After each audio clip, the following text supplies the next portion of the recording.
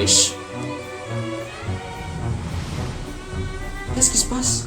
Pourquoi ça marche plus? Oh, je pense que le courant vient de se couper. Maudit sois-tu, Jirama. Comment je vais faire maintenant pour terminer mon devoir sans électricité? Alors, tu pourrais te servir d'une source d'énergie différente afin d'alimenter tes appareils. Comme par exemple? Tu pourrais te servir de l'énergie lumineuse, par exemple. Et ça marche comment tout ça?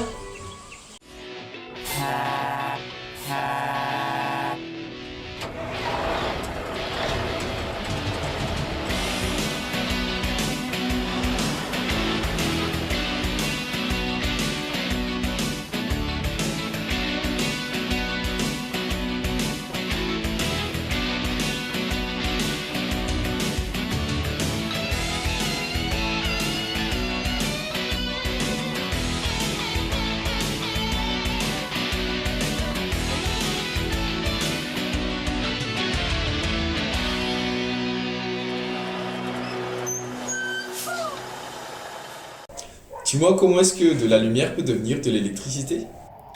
Tu devrais demander à... Du Schmidt. Ça, c'est pas mon domaine. Au revoir.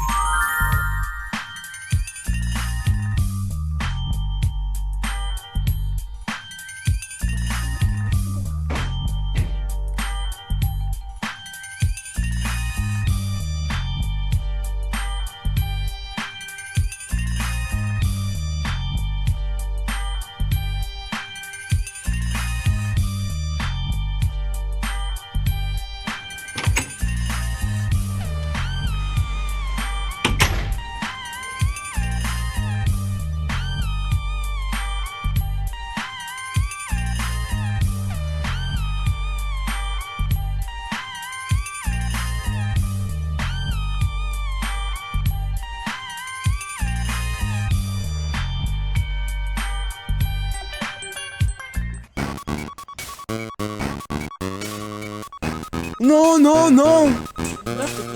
Le courant est coupé, je peux pas terminer mon projet secret! Les lumières m'ont permis. Elles m'ont parlé de l'énergie lumineuse qui attire l'électricité. Eureka! En utilisant l'énergie du soleil, je pourrais avoir l'électricité pour faire ma maquette! Mais comment est-ce qu'on pourrait faire ça? Viens, je vais t'expliquer plus en détail.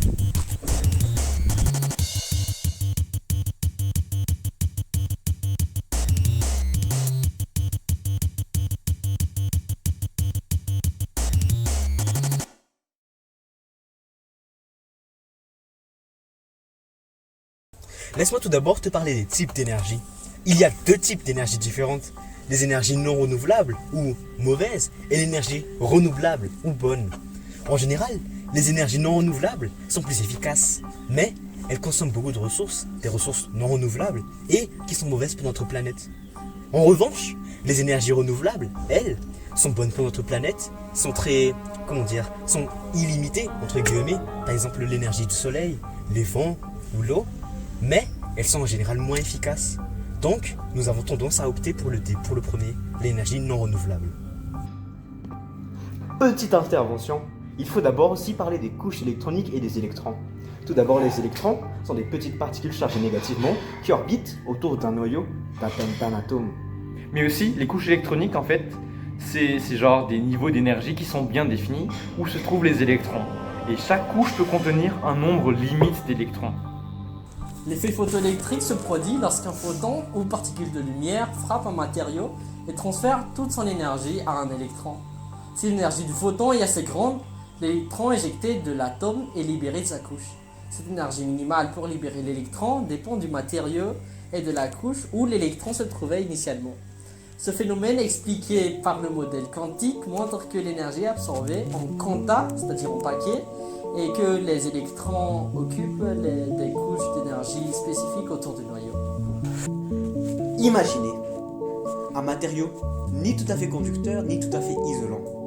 C'est un semi-conducteur. Les semi-conducteurs, voyez-vous, sont des matériaux spéciaux. Leur capacité à conduire l'électricité est entre celle d'un métal et d'un isolant.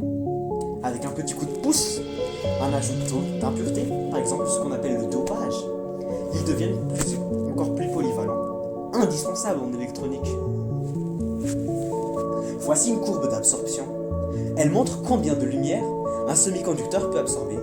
Selon la couleur de cette lumière ou sa longueur d'onde, cette courbe nous apprend l'énergie qu'il faut pour exciter les électrons du matériau. Une information cruciale. Et pour choisir le bon semi-conducteur, pour un panneau solaire, on regarde plusieurs critères. Le band gap, ou l'énergie nécessaire pour exciter un électron.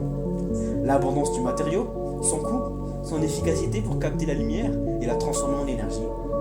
Le plus courant, le silicium. Il y a aussi le germanium ou d'autres composés exotiques comme ceux de la famille 3-4-5 de la table périodique. Parlons maintenant du rendement d'un panneau solaire. C'est le rapport entre l'énergie solaire reçue et l'énergie d'électricité produite. Ce rendement dépend de plusieurs facteurs. D'abord, la température, l'intensité de la lumière, ensuite la qualité des batteries et, en dernier lieu, le design du panneau. Et voici la courbe de caractéristiques. Elle montre la relation entre la tension et le courant selon l'éclairage et révèle ainsi la puissance maximale que le panneau peut fournir. Est-ce qu'avec ça, je pourrais alimenter mon ordinateur? Oui, tu pourras alimenter ton ordinateur et moi je pourrai enfin finir mon projet secret. Bon, ok.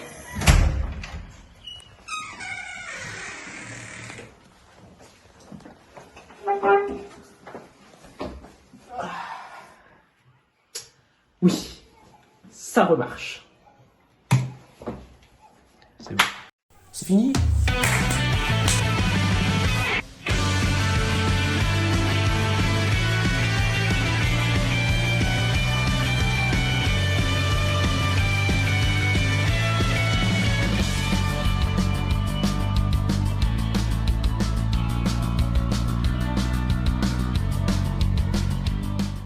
J'ai enfin fini mon projet secret. Grâce à ce panneau solaire ici, là, situé sur cette maison, sur ce toit, je peux enfin utiliser cette lampe qui est alimentée à ce panneau solaire.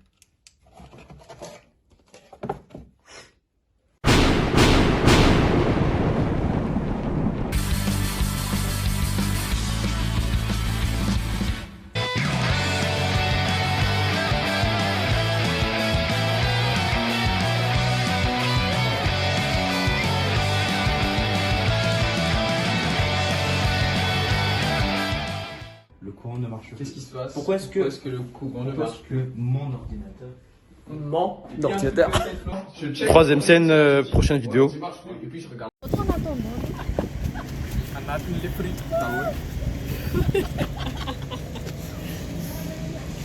Ça c'est parfait pour Quoi? Qu'est-ce qu'ils sont en train de faire? Ils sont en train de faire... C'est toi qui est lente. Vous voyez ce truc en fait? Picture?